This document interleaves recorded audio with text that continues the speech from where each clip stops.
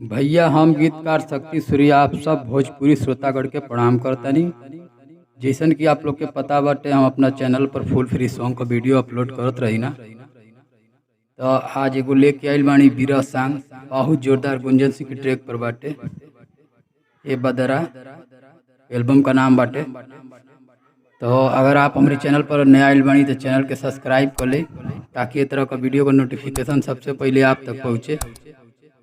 और हमरे अगर सॉन्ग पसंद आवता तो एगो लाइक कर दे, कमेंट में बताई कि कैसन लगल। तो चलिए समय ना लेते हुए चलतनी जा एक मोखड़ा के तरफ। तो मोखड़ा कुछ ये प्रकार का बा।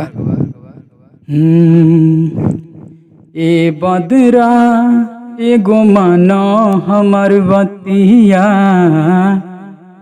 चली जाना पिया के नगरिया हो। ए बदरा एगो मानो हमर बतिया, चली जाना पिया के नगरिया हो। कई हो कहानिया ए बिरहिन के, कई हो कहानिया ए बिरहिन के, कबो यही पूछी हो सवरिया हो। ए बदरा एगो मानो हमर बतिया, चली जाना पिया के नगरिया हो। तो ये रहा मुखड़ा। उम्मीद बा आप लोग जरूर पसंद आइले। चलिए कर अंतरा सुना देता नहीं। बिसरे ना अखिया से पिया के सूरतिया, पगली समान हमर भइल हलतिया। बिसरे ना अखिया से पिया के सूरतिया, पगली समान हमर भइल हलतिया।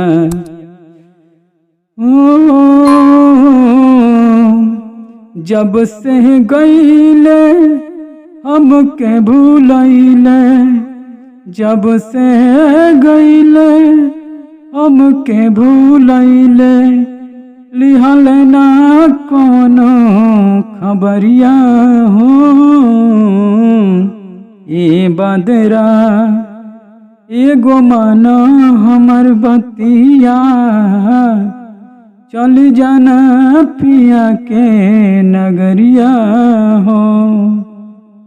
यही रहल अंतरा। चलिए दूसरा और लास्ट अंतरा की तरफ चलते नहीं जा।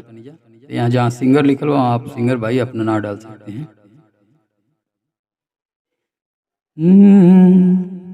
बाने खिसियाइले आकी बाने मजबूर हो, शक्ति सूर्य सैया से पूछी हो जरूर हो। बाने खिसियाइले आकी बाने मजबूर हो, शक्ति सूर्य सैया से पूछी हो जरूर हो। सोरहो सिंगार भइल सिंगर बेकार बा, सोरहो सिंगार कोइल सिंगर बेकार बा। जब उन्हीं के पड़ी ना नजरिया हो। ए बदरा एगो मानो हमर बतिया, चली जान पिया के नगरिया हो। तो चलिए अगर त्रुटि भइल होई, हम गुंजन सिंह भैया के नियर गाना पाई तो क्षमा करब। हमार वीडियो देख खातिर बहुत बहुत धन्यवाद। इंसान के इशारा काफ़ी होला।